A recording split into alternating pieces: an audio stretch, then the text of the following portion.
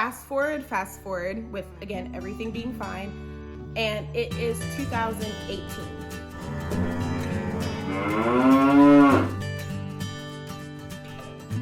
2018 in April, I decided to get off birth control for the first time. I was making a huge life transition. I had just moved to Texas. I was hopefully like I wanted to apply for medical school for the first time. I was trying to retake my like board exam to get into medical school, or not board exam, standardized exam to get into medical school. And I was just kind of thinking about things that I just wanted to change or refresh in my life. And birth control was one of them. I was like, why am I even on birth control at this point? Like, I've been on it for years and years and years. I haven't even experimented with my body. I don't even know what like my normal cycles are. So I decided to get off.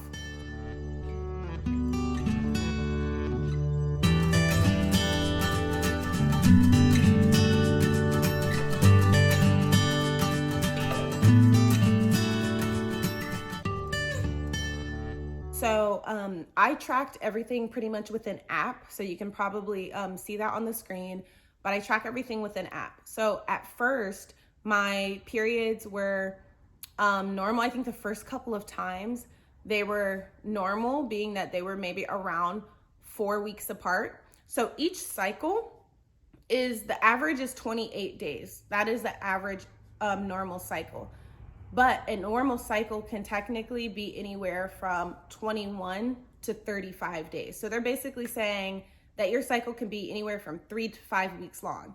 What's important to know is your cycle is not your actual period.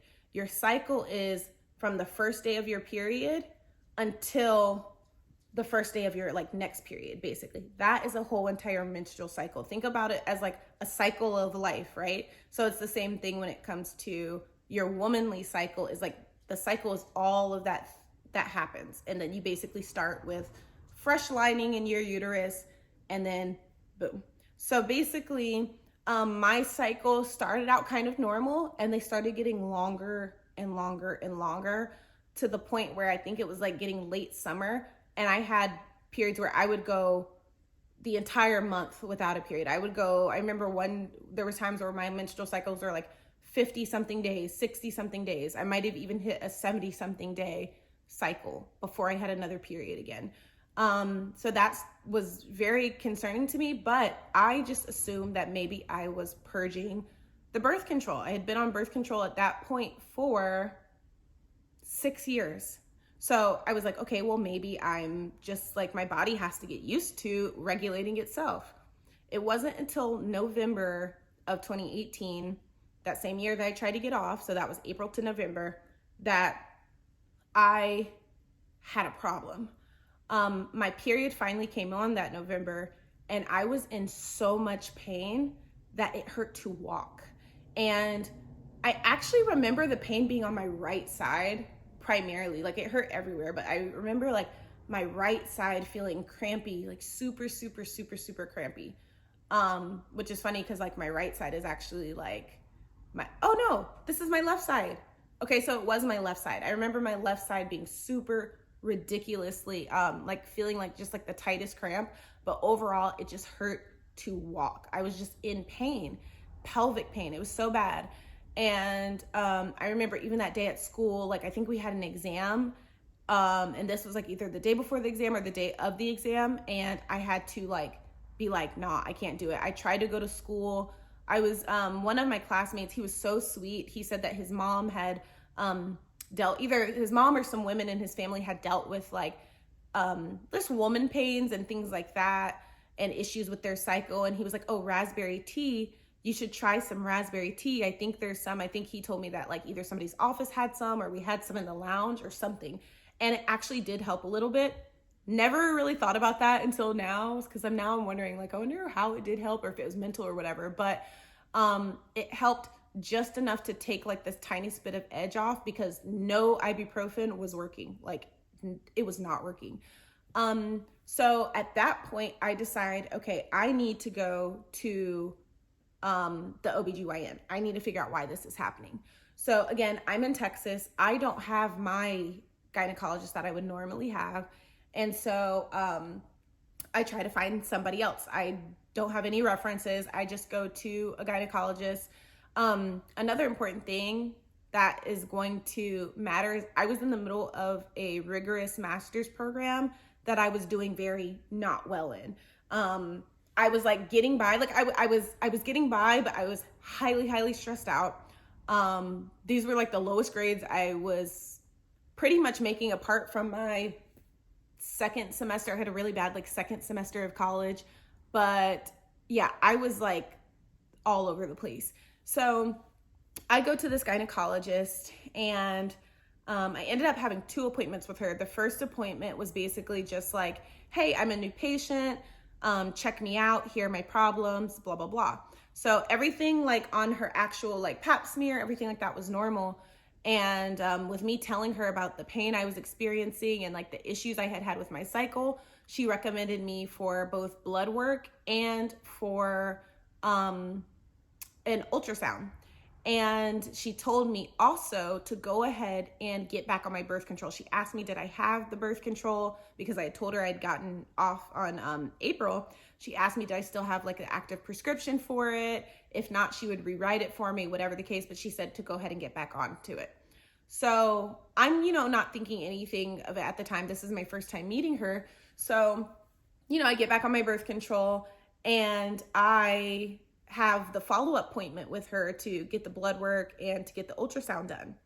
And I get the ultrasound done. They do the abdominal ultrasound and they do the transvaginal. So abdominal is just like kind of what you see all the time with the pregnant women, where they're basically looking on the outside, from the outside. The transvaginal is when they actually have to put like a very small rod up your hoo-ha and also point and look. And it's a lot easier to actually see the ovaries and like deeper in their deeper structures. You see them a lot clearer and a lot more up close. So they did that, and I don't remember when I found out, but I remember her telling me, she said my hormones were normal. I was a little bit skeptical because I was like, well, I'm on birth control again now, so you didn't take my blood work before I started the birth control. So like, how do you know if my hormones are normal? But she said that they have ways to like account for that when they do the labs. So she said basically my lab work was normal. So, I mean, that's good. But then what was interesting is the person who read my ultrasound, which is not always the same person who does it. I'm not sure how they did it in that clinic, but the person who interpreted my ultrasound actually said, let me pull it up, because this was literally my first appointment, and I'm going to actually put it on the screen too. So basically, I actually have the images for this appointment as well, but they're very difficult to see because I have them like printed out on paper because they didn't give me my like digital images. But basically it says that my left ovary is polycystic in appearance. So it says PCOS. PCOS is polycystic ovarian syndrome. And when you have the syndrome, you have a lot of other things going on too. So it's usually a hormonal imbalance. So you might have an issue with your blood sugar getting high over and over. Even if you don't eat a lot of sugar, you might have issues losing weight, or you might have an issue that you're gaining too much weight. Even when you exercise and eat well, you can start growing hair. Like masculine hair or more hair than you want to, or in areas that you don't want them in. So PCOS is like a whole multi-system situation, because at that point your ovaries are essentially like regulating your hormones. So if you have a bunch of cysts on your ovaries to the point where like it's severe, it's going to affect the hormones all throughout your body, and that's why you have those issues. Whereas polycystic ovarian disease is different. That just means that your ovaries have, either one or both of your ovaries have cysts on them, but you don't have those other symptoms. So it says PCOS appearance, but it would have been just polycystic appearance or PCOD appearance. So I just want to make that clear in case someone may not know the difference.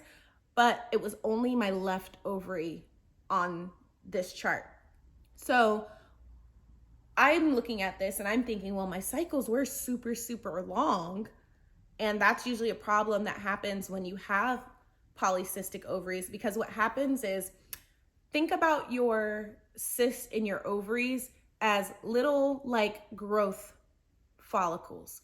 Don't think of them, because when you think cyst, you think of like a bad word, right? Like a cyst doesn't sound good.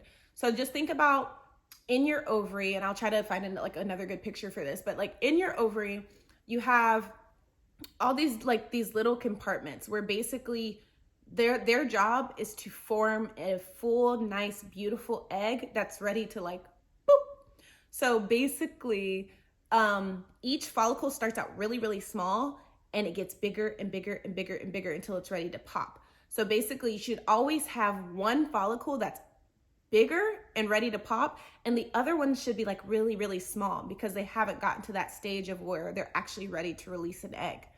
So what happens is when you like release an egg and your ovaries doing everything right, it keeps all your hormones in check and everything's beautiful. But when you start having ovaries that have a bunch of like big follicles, and you have these big nests that are like where it's not that gradual stage of growth, your ovaries basically just telling your body like all over the place. Like your body's just like everywhere, and it doesn't know what part of your cycle that you're supposed to be in, and you can't regulate it. So what happens is you end up having really, really long cycles because either you're not ovulating at all because your ovary doesn't know which freaking follicle to like spill an egg out from. Your ovary is confused. You don't ovulate at all, or it could just take a long time for your body to figure it out and you ovulate. So your length of your cycles is based off of your ovulation. So if you have a polycystic issue and your body's not spitting out an egg when it's supposed to, it's gonna make your cycles really, really long because your body's basically waiting on that egg to get spit out. It's gonna give it about 2 weeks, and it's like, okay, now it's not fertilized yet. Okay, now I'm gonna have a period. But what happens is if your ovary doesn't know when to spit out an egg, your body's never gonna go into a period because it's like, we're still waiting. We're still waiting to make sure you don't wanna, try to get pregnant with that egg. So we're just gonna hang tight, we're not gonna have a period yet. Sometimes you can just end up building up so much lining while you're waiting to spit out an egg that your body is just like, all right, we got to get rid of it. Who cares about the egg? But that's essentially what's happening. So I was definitely concerned when I saw that on my results. And so, of course, I go to the GYN thinking that she's going to say something about it. And she actually doesn't even bring it up. So I brought it up and I was just like, hey, I saw in my imaging that it said that I have a PCOS appearance in my left ovary. And she said, oh no, that doesn't mean anything. She literally, y'all, I can't. And I knew something wasn't right. Granted, I think I do have a little bit of an edge because I am in essentially the realm of medicine and in the field of medicine as far as my learning. And so I was kind of just like, what do you mean it doesn't matter? Like, it does matter if one of your ovaries looks cystic. Like, that's just not normal.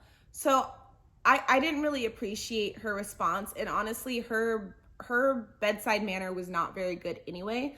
But I'm just not as sensitive to it because at the end of the day, I just like want good information. Like, I'm not necessarily looking for somebody who's super, super nice. It's just like, hey, are you really capable of helping me get to like a better health?